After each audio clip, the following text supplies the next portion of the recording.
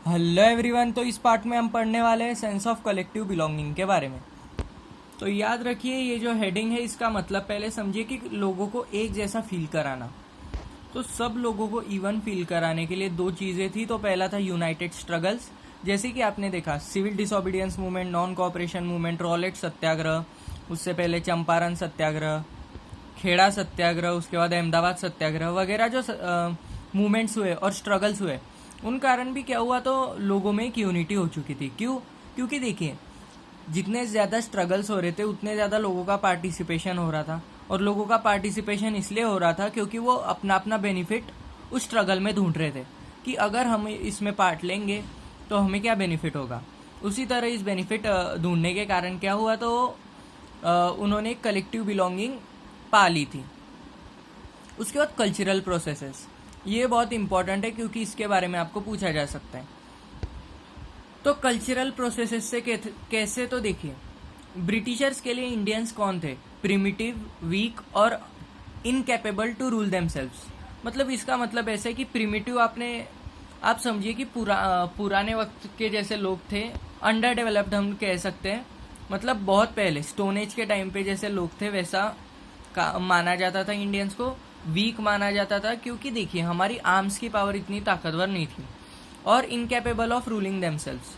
Incapable of ruling themselves मतलब वो ऐसा समझते थे कि इंडियंस में ऐसे कोई लीडर्स ही नहीं है जो अपने लोगों को रूल कर सके और इंडिपेंडेंटली एग्जिस्ट कर सके। बट लोगों ने इंडियन हिस्ट्री के बारे में सोचा कि हमारी हिस्ट्री ऐसी है जहाँ पे शिवाजी महाराज रह चुके हैं, महाराणा प्रताप रह चुके हैं, चंद्रगुप्त मौर्य रह चुके हैं, और कई लोग रह चुके हैं। और शिवाजी महाराज, उनके जैसा कोई लीडर, मतलब कोई किंग ऐसा आज तक नहीं आया, ऐसा माना जाता है, राइट। उसी तरह अगर वर्ल्ड के हिस्ट्री में अलेक्जेंडर है तो इंडियन हिस्ट्री में वैसे ही शिवाजी महाराज भी है। तो आप देख सकते हो कि इंडियन हिस्ट्री भी बहुत रिच है, राइट। तो उस कारण क्या हुआ, लोगों ने इनकी स्टोरीज वगैरह क्या की, तो पब्लिश करना शुरू की। और इससे क्या हुआ, तो लोगों को समझने लगा कि हम वैसे नहीं है जैसे ब्रिटिशर्स समझ रहे हैं। इससे क्या हुआ, तो उनके अंदर मोटिवेशन आया कि हम ब्रिटिशर्स को अपोज कर सकते हैं। क्यों? क्योंकि हमारे पास ये रह चुके हैं, ये रह चुके हैं, और कई लोग थे। और जब कलेक्टिव बिलोंगिंग की बात शुरू हुई तो एक बात याद रखिए, हमारे पास तब भी कई लीडर्स थे, जैसे कि डॉक्टर भीमराव आम्बेडकर। मैंने गलती से पहले बोल दिया, इग्नोर कीजिए उस चीज़ को। उसके बाद Subhas Chandra Bose, he is one of my favourite leaders. उसके बाद महात्मा गांधी जी, जवाहरलाल नेहरू जी, सरदार वल्लभ भाई पटेल। ऐसे कई लोग थे जिन्होंने जो लीडरशिप संभाल सकते थे। उसके बाद अब देखते हैं वन वर्ड्स के लिए। जैसे कि अगर आप उस पेज पे देखोगे आपको अलग अलग नाम दिखेंगे, तो उसको हम देखते हैं। बंकिम चंद्र चटर्जी, या जिन्हें हम बंकिम चंद्र चट्टोपाध्याय कहते हैं, उन्होंने वंदे मातरम लिखा, जो हमारा नेशनल सॉन्ग है वंदे मातरम, 1870s में। याद रखिए, ये बहुत पहले लिखा गया था। उसके बाद आनंद मत, ये जो इनकी नॉवेल थी, इसमें भी उन्होंने नेशनलिज्म को स्प्रेड करने का ट्राई किया, ये चीज़। और याद रखिए, भारत माता की जो ड्राइंग थी, इमेज थी हम कह सकते हैं, वो सबसे पहले बंकिम चंद्र जी ने ही बनाई थी। उसके बाद जो इमेज फेमस हुई वो थी अवनींद्रनाथ टैगोर द्वारा बनाई गई, ये बात भी याद रखिए। बंकिम चंद्र चट्टोपाध्याय ने वंदे मातरम लिखा था, ये तो बचपन से पढ़ते आया कि रविंद्रनाथ टैगोर जी ने क्या लिखा था, तो जनगण मन। और बंकिम चंद्र चटर्जी ने क्या लिखा था, तो वंदे मातरम। तो अवनींद्रनाथ टैगोर ने क्या किया, तो उन्होंने भारत माता की इमेज बनाई जो सबसे फेमस हुई। उसके बाद रविंद्रनाथ टैगोर ने भी नॉवेल्स वगैरह कलेक्ट किए और उससे उन्होंने ट्राई किया कि ज़्यादा से ज़्यादा नेशनलिज्म स्प्रेड हो सके।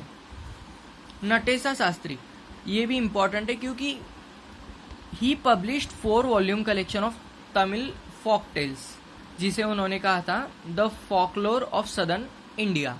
तो सिंपल चीज़ें याद रखिए, फोक टेल्स, फोक म्यूजिक वगैरह जो होता है उससे ज़्यादा से ज़्यादा नेशनलिज्म स्प्रेड होता है। कैसे, तो याद रखिए, आज की जनरेशन भी सचिन तेंदुलकर को इतना ग्रेट क्यों मानती है, भले ही उन्होंने उसे खेलते हुए ना देखा हो, क्योंकि यूट्यूब और न्यूज़ में ज़्यादातर उनकी बातें होती रहती, राइट।